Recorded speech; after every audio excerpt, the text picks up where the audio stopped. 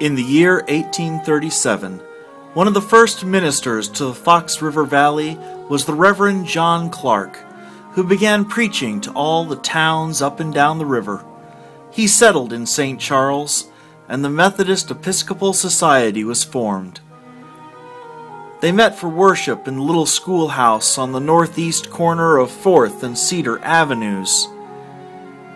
Then in 1842, a church site at the corner of 5th and Walnut Avenues was presented by Minard, Ferson, and Hunt to the Church Society, and a very good stone church with basement was built by public subscriptions.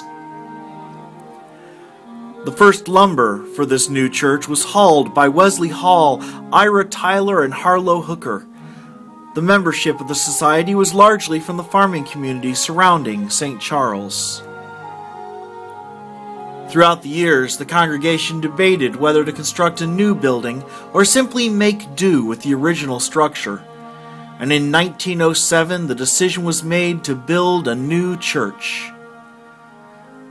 So in 1908, First Methodist Church was dedicated on 6th Avenue, on the ground where St. Mark's Lutheran Church stands today.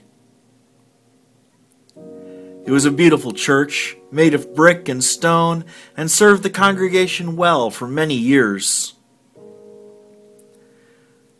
43 years later, as the need arose for a larger facility, Colonel Edward J. Baker offered to construct and equip a new church in memory of his parents, Martha and Edward Baker.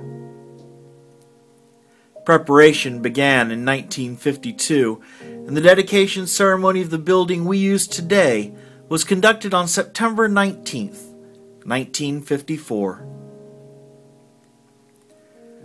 According to accounts of the time, the structure was the largest single gift to a Methodist congregation by an individual.